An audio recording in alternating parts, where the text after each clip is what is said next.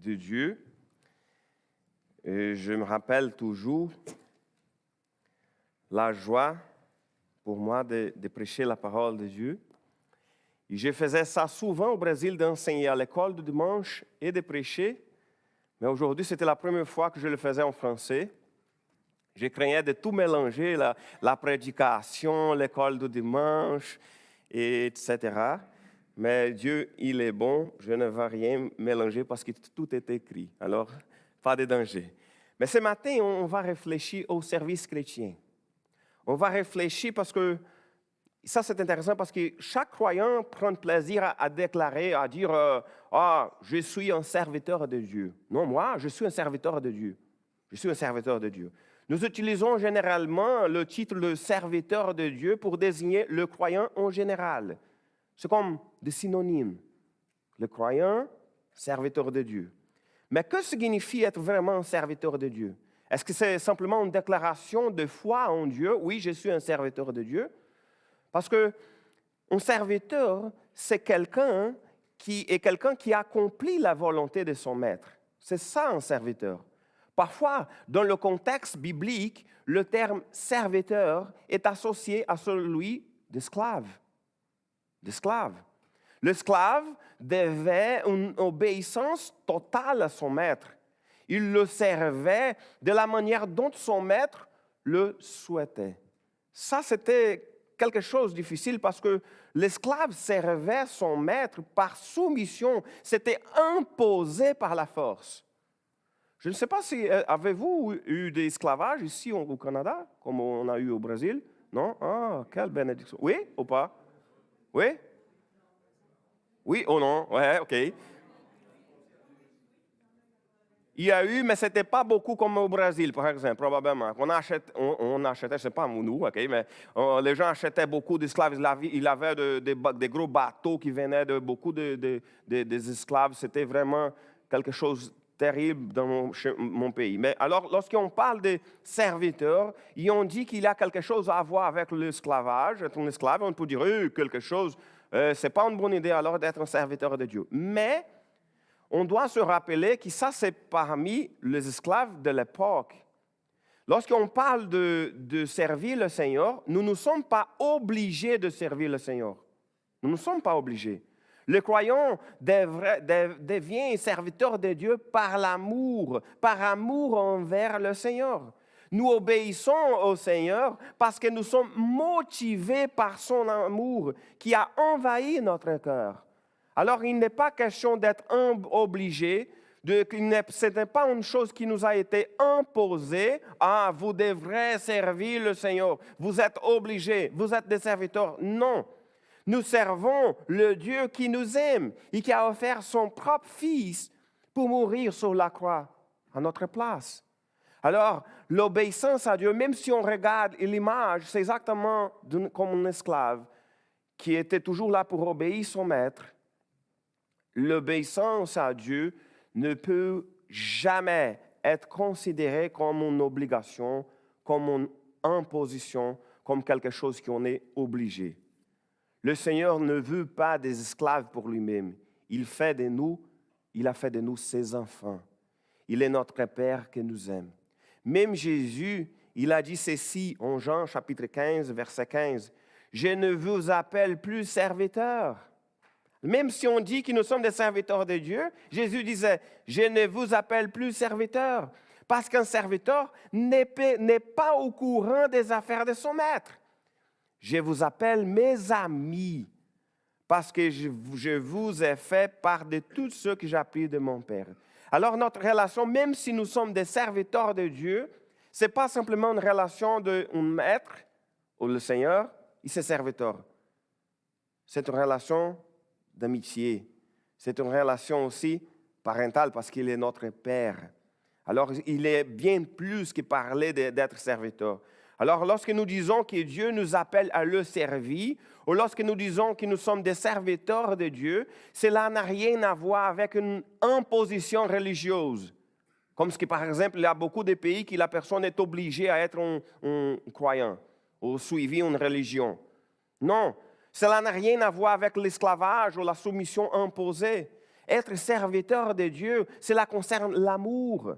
Être serviteur de Dieu, c'est reconnaître qu'il est le Seigneur. Il est le Seigneur. Il s'agit d'un engagement de fidélité et d'obéissance fondé sur l'amour. Ça, c'est la base. De plus, nous aimons parce qu'il nous a aimés en premier. Ah, parce que je vais être serviteur de Dieu parce que j'aime le Seigneur. Mais nous l'aimons parce qu'il nous a aimés en premier. Et pour parler de service chrétien, nous allons réfléchir ce matin au célèbre épisode de l'appel lancé à Ésaïe. C'est au chapitre 6. Et c'est un texte, je crois, bien connu. Et c'est un texte, il y a quelques éléments qui sont bien spécieux. Parce qu'on commence avec Ésaïe, il va avoir une vision majestueuse. Et lorsqu'on parle d'une vision, et j'aimerais qu'on puisse lire le premier 3 versets. Il est écrit ceci, Ésaïe chapitre 6, verset 1. L'année de la mort du roi Osias, je vis le Seigneur siégeant sur un trône très élevé. Les pans de son vêtement remplissaient le temple. Des êtres à forme de serpents, dans certaines versions séraphins, s'y tenaient debout. Chacun d'eux avait 6 ailes. 2 ailes pour se couvrir le visage, 2 autres pour se voiler le corps, et les 2 derniers pour voler. S'adressant l'un à l'autre, ils proclamèrent « Saint, Saint, Saint est le Seigneur des armées célestes. Toute la terre est pleine de sa gloire. » Le montant des portes du temple se mit à trembler au son de ses voix, tandis que le sanctuaire se remplit de fumée. Alors ça commence avec une vision majestueuse. Et je ne sais pas vous, mais imaginez la scène. Si c'était vous là, de voir le Seigneur sous le trône, le séraphin, c'est-à-dire on parle parfois, il y a des versions qui utilisent le mot séraphin, parce que ça vient du mot en hébreu séraph, c'est littéralement comme des serpents brûlants. Alors, parfois on regarde séraphin, mais on ne parle pas beaucoup de c'est quoi. Alors, c'est pour ça que la Bible du Seigneur elle a pris la décision de parler des êtres en forme de serpent, parce que c'est l'image qui est là. C'est la même image qu'on voit aussi à l'Apocalypse. Mais il a vu, je vais toujours mentionner comme séraphin que c'est plus simple. Mais le séraphin qui vole autour du trône, la fumée, etc., tremblement, c'est spécial. Je ne vais pas entrer dans le détail dans chaque élément de cette vision, parce que nous avons déjà parlé beaucoup de ça lorsqu'on parlait de l'Apocalypse, le chapitre 4. Philippe a même mentionné à l'époque le séraphin, lorsqu'il parlait il a mentionné le texte d'Ésaïe, le chapitre 6. Mais on va souligner quelques éléments qui sont importants de cette vision. La première chose est que le Seigneur siège sur le trône. Il a vu le Seigneur siégeant sur un trône très élevé. Il n'est pas difficile de penser qu'il y a un trône au ciel. Parfois, les gens se posent la question, mais est-ce qu'il a littéralement un trône? Parce qu'il y a des autres textes bibliques qui disent que le Seigneur fait du ciel même son trône, c'est-à-dire le ciel est son trône. Écoute, le plus important n'est pas de savoir s'il a littéralement un trône ou c'était simplement une vision, une image, mais c'est plus que la parole nous enseigne, c'est que le Seigneur, il est le Seigneur. Le plus important que le Seigneur est le roi des rois, le Seigneur souverain. C'est ça l'image. L'idée qu'il est là dans le trône, sur le trône, ça nous montre qu'il est le Seigneur. C'est ça qui est l'important. Il est le roi des rois. Le trône représente exactement la royauté, l'autorité de Dieu. Parce que celui qui est assis sur le trône, sur ce trône, est le Seigneur Tout-Puissant, le roi des rois qui règne sur tout. Ensuite, il voit aussi le séraphin qui vole autour de lui. Et ça, c'est aussi une image un peu différente. Il y avait des êtres autour du trône. Il y avait le serpent, qui sont d'une forme de serpent. Et c'est quelque chose d'un peu bizarre si on pense dans les choses qu'on connaît. Une chose importante, c'est que si on va utiliser la question, si c'est un séraphin, si c'était les êtres en forme de serpent, si c'était des anges, si c'était quoi, pourquoi qu'ils sont là, pourquoi il y avait autour du trône des êtres vivants qu'on ne connaît pas ici sur terre. Écoute, nous n'avons aucune idée pourquoi il avait, parce qu'on a plusieurs de ces images-là aussi dans l'Apocalypse et dans des autres livres dans la Bible. Mais ça qui est le plus important, c'est ce qu'ils font autour du trône. C'est ça que c'est le plus important.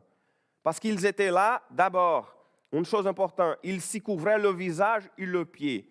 Et ça, c'est une autre chose intéressante aussi, parce qu'il y a des versions qui usent le mot pied, qui couvraient le pied, et des autres qui disent qu'ils couvraient le corps. Mais je ne vais pas entrer dans le détail, mais il y a parfois des expressions en hébreu qui sont simples, mais qui utilisent qu'il a parfois un sens double, qui peut signifier différentes choses. Alors, une personne a pris une décision de traduire d'une façon, l'autre personne a pris la décision de traduire d'une autre façon, mais les mots en hébreu, c'est une seule, et c'est littéralement les pieds. Alors, couvrir le pied, il couvrait le visage. Et ça montre une question que c'est important, c'est un signe de respect devant la présence du Seigneur. Alors, il était là pour montrer du respect devant le Seigneur. Et le plus important, ce qu'il faisait, qu'il louait le Seigneur 3 fois saint. Il s'adressait à l'autre et proclamait « Saint, Saint, Saint, le Seigneur des armées célestes ». Saint, Saint, Saint, il déclarait la sainteté de Dieu. Il déclarait que le Seigneur est le vrai Dieu, qu'il est le seul digne d'adoration, qu'il est le Seigneur des armées célestes. Et ça, c'est intéressant aussi parce qu'on peut louer le Seigneur pour ses nombreux attributs, mais en général, on prend la décision, on a tendance à ne louer le Seigneur que pour ses attributs qui sont bons pour nous. Par exemple, « Ah, le Seigneur, je t'ai élu parce que tu es bon, parce que tu es amour, parce que tu es puissant. » Lorsqu'on est dans un moment de détresse, on prie, « Oh Seigneur, on t'a élu parce que tu es puissant, parce que tu es miséricordieux, parce que tu es un Dieu de grâce, tu es bon, etc. » Mais écoutez, louons également le Seigneur pour les attributs qui peuvent représenter un défi pour nous. Je vous donne un exemple. Même face à nos péchés, louons le Dieu saint. Même face à nos erreurs, à les moments qu'on a commis des attitudes qui ne sont pas les bonnes, louons le Dieu juste, parce qu'il est juste. Même en sachant qu'il sait tout, même les choses qu'on veut le cacher à tout le monde, qu'il connaît même nos mauvaises pensées, louons l'omniscience de Dieu, qu'il connaît tout. Alors, il louait le Seigneur Saint, Saint, Saint, le Seigneur des armées célestes. Et ça, c'est intéressant parce que c'est une vision déjà, beaucoup des éléments difficiles, mais quelle était la réaction d'Ésaïe? Il est saisi par la crainte. Pourquoi? Écoute, avez-vous déjà imaginé avoir une vision grandiose, majestueuse du Seigneur comme celle qu'on vient de lire? Je ne sais pas vous, mais si vous avez grandi dans une église et vous avez déjà entendu parler de ces récits lorsque vous étiez petit, ça se peut que vous avez déjà pensé à ça, parce que ça se passait avec moi. Je me rappelle un dimanche, je suis arrivé à la maison et le dimanche soir, au moment de dormir, je regardais le plafond de mon chambre, dans mon lit. J'écoute, si ça apparaît pour moi ici, dans mon chambre, je me vais en courant pour chercher mes parents. J'écoute, Seigneur, je ne suis pas prêt à avoir une vision de toi ici avec les gens de Séraphin, quel que soit. Je vais craindre, j'aurais peur. Mais la question ici, c'est que, écoute, il n'était pas enfant, mais il a eu peur. Il a eu peur, disons, d'abord pour les choses qui sont passées dans le plan matériel, disons. Parce qu'il a eu des tremblements, il a eu la fumée, jusqu'à le montant des portes du temple s'est mis à trembler au son de sa voix, tandis que le sanctuaire se remplit de fumée. Alors, si c'était une image déjà difficile, le Seigneur, des êtres en forme de serpent, maintenant les choses tremblent, il y a le fumée. Je pense qu'Ésaïe ne savait pas pourquoi les choses tremblaient ou pourquoi il y avait le fumée, mais c'est effrayant. C'est effrayant. C'est le genre de vision que nous n'essayons pas de comprendre. Si vous avez, je crois qu'on ne va se passer jamais avec nous, mais si on a une vision, on ne va pas essayer de comprendre, on va avoir peur. C'est bien sûr. Mais c'est intéressant parce que le cri d'Ésaïe, qui va commencer dans le prochain verset, montre que sa plus grande peur n'était pas causée par la fumée, n'était pas causée par les choses qui tremblaient, Il avait peur surtout parce qu'il était un homme impur en présence de Dieu saint. Parce que c'est ça qu'il a crié. Verset 5. Je me criais, malheur à moi, je suis perdu, car j'ai les lèvres impures et j'habite au milieu d'un peuple aux lèvres impures. Et voici que mes yeux, j'ai vu le roi, le Seigneur des armées célestes. Il ne craignait pas parce que les choses tremblaient, il ne craignait pas le fumer, il a eu peur parce qu'il était un homme impur en présence de Dieu 3 fois saint. Isaïe craignait d'être détruit. Après tout, un homme impur ne pouvait jamais se présenter devant le Dieu 3 fois saint. Pour un juif, il était impossible que quelqu'un puisse entrer dans la présence de Dieu et rester en vie. Impossible. Impossible. Même là, à l'époque, il y avait la question de la présence de Dieu. C'était le temple qui représentait la présence de Dieu. Dans le temple, il y avait le lieu très saint. Et dans le lieu très saint, les gens ne pouvaient pas y aller parce que ça représentait la présence de Dieu. Et les gens savaient que si une personne prenait la décision, c'est la fatigue qui commence. Si la personne pensait que oui, c'est vrai, je vais y aller, il croyait qu'il va décéder parce qu'il ne pouvait pas y aller. C'était simplement le grand prêtre qui entrait 1 fois par année. 1 fois. Simplement au jour d'expiation. C'est tout. Les autres personnes n'étaient pas autorisées à y entrer parce qu'une personne avec des péchés ne pouvait pas y entrer. Et même avant d'entrer, le grand prêtre devrait offrir des sacrifices pour y accéder.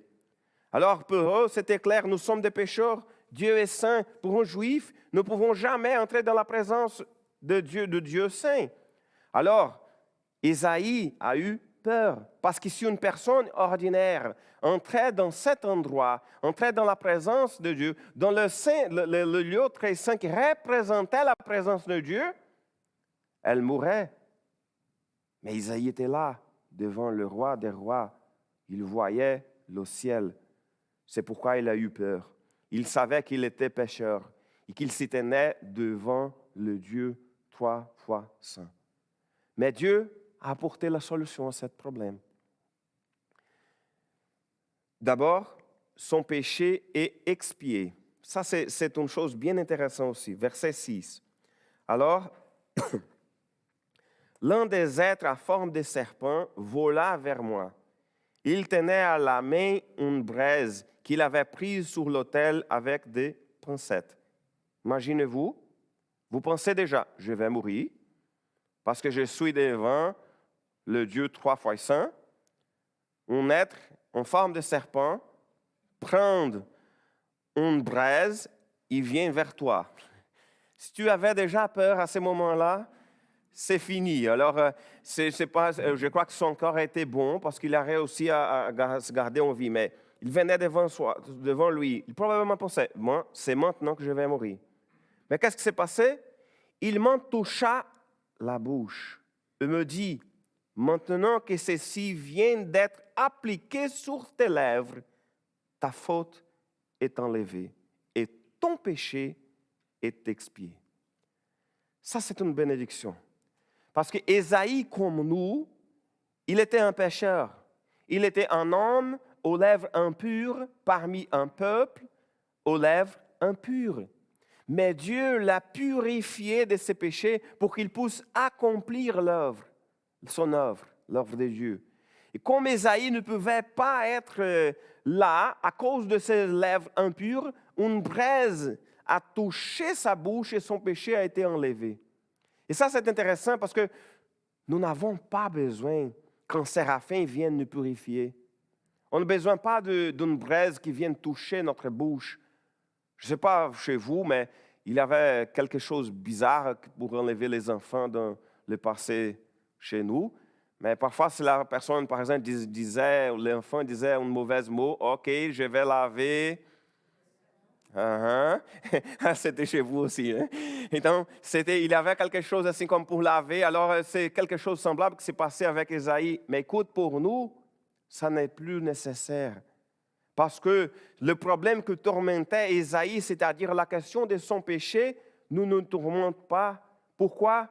Parce que Jésus a pardonné, il a payé le prix pour nos péchés, il est mouru sur la croix, il a donné sa vie pour nous. Il y a parfois des gens qui ne se croient pas assez purs pour servir Dieu. Ah non, je ne peux pas servir le Seigneur parce que j'ai des péchés. Moi aussi. On a tous des péchés. Nous sommes tous des pécheurs. Mais le sacrifice rédempteur de Christ nous purifie de tout péché. Nous n'avons pas besoin qu'une braise vienne toucher notre bouche. Parce que tout comme Dieu a purifié Ésaïe pour qu'il soit digne d'être en sa présence, il nous a purifiés par le sacrifice de Jésus et on peut maintenant être dans la présence de Dieu. Il y a des gens qui s'excusent de leur propre péché pour ne pas servir Dieu. Ce n'est pas une excuse valable parce que Dieu a pardonné nos péchés en Jésus-Christ. Repentons-nous de nos péchés. Jésus a déjà payé le prix. Et c'est à ce moment-là qu'il vient l'appel de l'Éternel. Et ça, c'est intéressant parce que l'appel n'était, écoute, Ésaïe, j'ai besoin de toi. Voici, qu'est-ce que je voulais que tu puisses me faire. Non. Et j'entendis alors le Seigneur qui disait, qui enverrai-je? Qui marchera pour nous? C'est une question. C'est qui va faire ce qu'il faut le faire? Dieu voulait quelqu'un qui remplisse une mission. Dieu n'a même pas dit quelle serait cette mission. Il a simplement dit, écoute, c'est qui va marcher pour nous? C'est qui? Peut-être que si on entendait un tel appel, si je dis, écoute, j'ai besoin d'aide pour des gens pour m'aider. Pour faire quoi? C'est le genre de question. Vous avez besoin de quelqu'un pour faire exactement quoi? Pour aller où? Pour faire quoi? Je ne vais pas répondre à un appel si je ne sais pas exactement de quoi il s'agit. C'est notre réponse humaine. Et parfois, ça se peut que ce soit notre réaction. Mais ce n'est pas ainsi qu'a agi Ésaïe. Il a dit, alors je répondis, je suis prêt, envoie-moi. Ou selon la Bible de Louis II, me voici, envoie-moi. Ésaïe est immédiatement prêt, me voici, envoie-moi. C'est pour faire quoi? Je ne sais pas, me voici. Je suis là pour servir le Seigneur. Je ne parle pas de faire ce genre de choses lorsqu'on reçoit un appel d'une autre personne. Mais lorsque c'est Dieu qui touche notre cœur pour faire quelque chose, on doit toujours dire oui. Me voici, envoie-moi. Lorsque Dieu est apparu devant Ésaïe, il n'est pas venu, Ésaïe, je veux que tu fasses ceci. Non. Qui marchera pour nous? Me voici. Tout comme Dieu a appelé Ésaïe, il nous appelle à nous aussi. Tout comme Dieu l'a appelé, il appelle chacun d'entre nous à servir le Seigneur chez nous, à servir le Seigneur dans notre voisinage, au travail, à l'église, au cégep, n'importe où. Nous sommes tous appelés à servir le Seigneur dans tous les domaines de notre vie. Dieu nous appelle à servir, il appelle chacun d'entre nous. Et alors la question, c'est comment on va répondre à l'appel du Seigneur? Trouverons-nous des excuses? Est-ce que vous vous rappelez de Moïse? Moïse a donné beaucoup d'excuses au début. Ah non, je ne peux le faire. J'ai la bouche et la langue embarrassées. On donne des excuses. Ou on va répondre comme Ésaïe ou comme Abraham. Me voici. Le Seigneur a appelé Abraham et dit, écoute, viens, vas-y pour un endroit où je vais te montrer, un pays que je vais te montrer. Et c'est où ces pays-là? Non? Il est allé. C'est de la même façon d'Ésaïe. Dieu nous appelle. Il nous lance. Je ne dis pas qu'il nous lance, parce qu'il ne nous lance pas un appel extraordinaire en disant, écoute, tout le monde, pasteur et missionnaire pour tout le monde, je lance un appel à tout le monde. Non, ce n'est pas ça. Nous possédons tous les dons, des talents que Dieu nous a confiés pour le service chrétien. La question fondamentale est la suivante. Avons-nous utilisé ou dissimuler le don que Dieu nous a accordé? Alors, je vais cacher le don que Dieu me donne. Ou l'on utilise. Dieu lance l'appel. Qui marchera pour nous? Notre réponse devrait être toujours « Envoyez-moi ». Dieu est tout-puissant. Il n'a pas besoin de nous pour accomplir son œuvre. Parfois, on pense, ah non, que Eduardo, il commence à prêcher, à parler de ça parce qu'on a besoin des gens pour faire les choses à l'église. Non. Oui, on a besoin, mais ce n'est pas ça la question. Écoute, il nous a choisis. Dieu, il n'a pas besoin de nous. Mais il nous a choisis pour que son œuvre s'accomplisse à travers nous. C'est le choix que Dieu a fait. Nous sommes les instruments qu'il a délibérément sélectionnés. C'est ça, il nous a choisis. Si on dit, ah non, je ne vais pas faire ma part, ok, il suscitera d'autres personnes pour l'accomplir. Il est question de privilège, c'est un privilège de servir le Seigneur. C'est à nous de dire, oui, je vais profiter de ce privilège-là, je vais servir le Seigneur. Oh non, je vais me cacher. Je suis là simplement pour recevoir. Le Seigneur nous donne le privilège de le servir. Isaïe ne savait pas à quoi le Seigneur l'appelait, mais il savait qu'il l'appelait. Et cela lui a suffi pour répondre à l'appel. De la même manière, Dieu nous appelle à le servir. Je ne sais pas à quoi le Seigneur vous appelle, mais je sais qu'il vous appelle. Il faut simplement répondre de la bonne façon. Me voici, envoie-moi. Je ne sais que, quel que soit le défi que Dieu lance à chacun d'entre nous, il est merveilleux de servir le Seigneur. Dieu nous appelle, qu'on puisse tous dire ensemble, me voici, envoie-moi. Amen. On va louer notre bon Dieu. J'invite le... Il a un dernier chant? OK.